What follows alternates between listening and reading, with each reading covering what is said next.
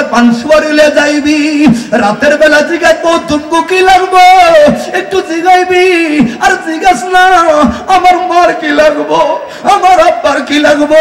ও বন্ধুরে, মার গ্যাস্ট্রিকের ওষুধ, মার জ্বরের ওষুধ, ছোট্ট ছোট্ট আবদার গুলো নিতে ভুলবি না। কারণ যেই বেলায় বাপ মা খানার ইচ্ছা ছিল ওই সময় তোরে পেট ভরা খাওয়াইছে। এখন আপেল কমলা দিল টানে না। আরে সব সময় তো মার ওয়াজ করলে বাবাটাকে চিনুনি, বাবার ওয়াজ অনেকে করতে চায় না। বাবাই তো হলো সংসারের মূল।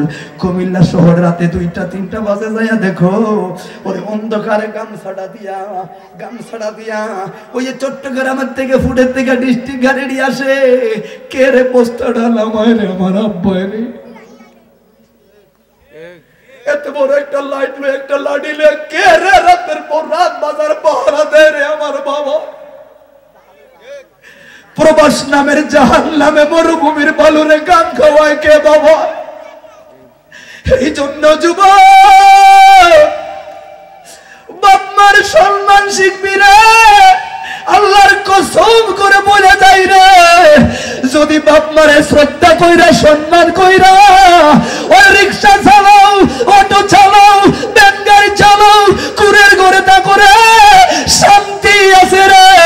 বাপ মারে মনে কষ্ট দিয়া কান্দির ঘরে 10 তলা বিল্ডিং এ থাকবি, অন্তরে হাহাকার, শান্তি লাগবো না। ঠিক না বেঠে কথা বলে, ঠিক না বেঠে?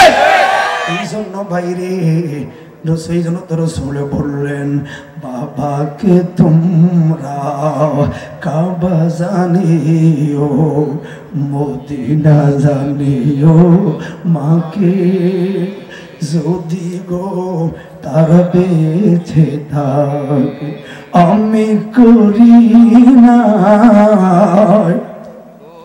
করিতে পারি নাই পিতা মাতার খেদমত, করিও নবীজির উম্মত।